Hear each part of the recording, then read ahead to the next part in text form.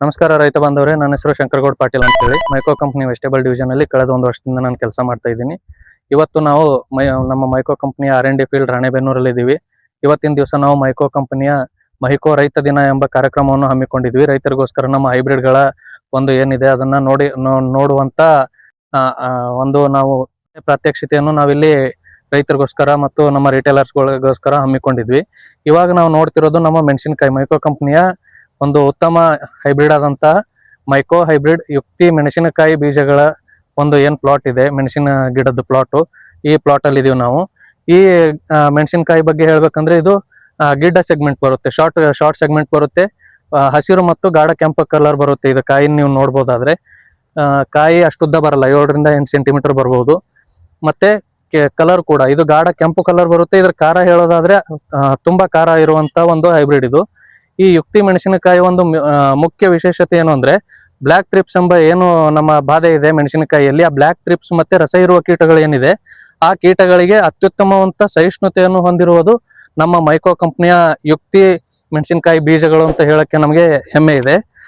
ಮತ್ತೆ ಈ ಕಾಯಿಗಳನ್ನು ನಾವು ದೀರ್ಘಕಾಲದವರೆಗೆ ಶೇಖರಿಸಿಡಬಹುದಾಗಿದೆ. ಇಳುವರಿ ಕೂಡ ಉತ್ತಮವಾಗಿದೆ.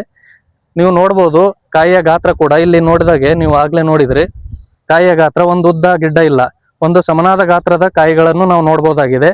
ಹಾಗೆ ಇದನ್ನ ಉತ್ತಮವಾಗಿ ಶೇಖರಿಸಿಡ್ಬೋದು. ಮತ್ತೆ ಒಳ್ಳೆ ಇಳುವರಿ ಇರೋದ್ರಿಂದ ನಿಮಗೆ ಬ್ಲಾಕ್ ಟ್ರಿಪ್ಸ್ ಮತ್ತೆ ರಸ ಇರುವ ಕೀಟಗಳು ಏನು ನಾವು ಕಡಿಮೆ ಮಾಡ್ಕೊಂಡ್ಬಿಟ್ರೆ ಮೆಣಸಿನಕಾಯಿನಲ್ಲಿ ಬೆಳೆಯುವುದು ಸುಲಭಕರ.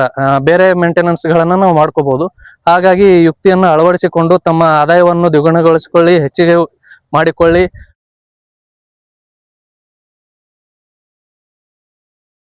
ನಮ್ಮ ಬಾಧೆ ಇದೆ ಮೆಣಸಿನಕಾಯಿಯಲ್ಲಿ, ಆ ಬ್ಲಾಕ್ ಟ್ರಿಪ್ಸ್ ಮತ್ತೆ ರಸ ಇರುವ ಕೀಟಗಳು ಏನಿದೆ, ಆ ಕೀಟಗಳಿಗೆ ಅತ್ಯುತ್ತಮವಂತ ಸಹಿಷ್ಣುತೆಯನ್ನು ಹೊಂದಿರುವುದು ನಮ್ಮ ಮೈಕೋ ಕಂಪನಿಯ ಯುಕ್ತಿ ಮೆಣಸಿನಕಾಯಿ ಬೀಜಗಳು ಅಂತ ಹೇಳಕ್ಕೆ ನಮಗೆ ಹೆಮ್ಮೆ ಇದೆ.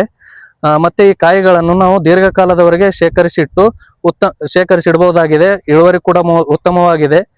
ನೀವು ನೋಡ್ಬೋದು ಕಾಯಿಯ ಗಾತ್ರ ಕೂಡ ಇಲ್ಲಿ ನೋಡಿದಾಗೆ, ನೀವು ಆಗ್ಲೇ ನೋಡಿದ್ರಿ ಕಾಯಿಯ ಗಾತ್ರ ಒಂದು ಉದ್ದ ಗಿಡ್ಡ ಇಲ್ಲ, ಒಂದು ಸಮನಾದ ಗಾತ್ರದ ಕಾಯಿಗಳನ್ನು ನಾವು ನೋಡ್ಬೋದಾಗಿದೆ.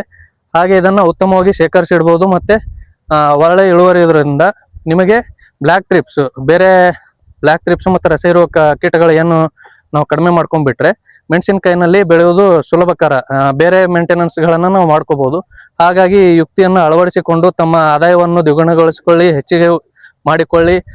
ಮತ್ತೆ ನಿಮ್ಮ ಲಾಭದಾಯಕ ಕೃಷಿಯನ್ನು ನೀವು ಮಾಡಿ ಅಂತ ಹೇಳ್ತಾ ಮೈಕೋ ಕಂಪನಿಯ ವತಿಯಿಂದ ಹಾಗೂ ಎಲ್ಲ ರೈತ ಬಾಂಧವರಿಗೆ ನಮ್ಮ ನಮಸ್ಕಾರಗಳು, ಧನ್ಯವಾದಗಳು, ನಮಸ್ಕಾರ.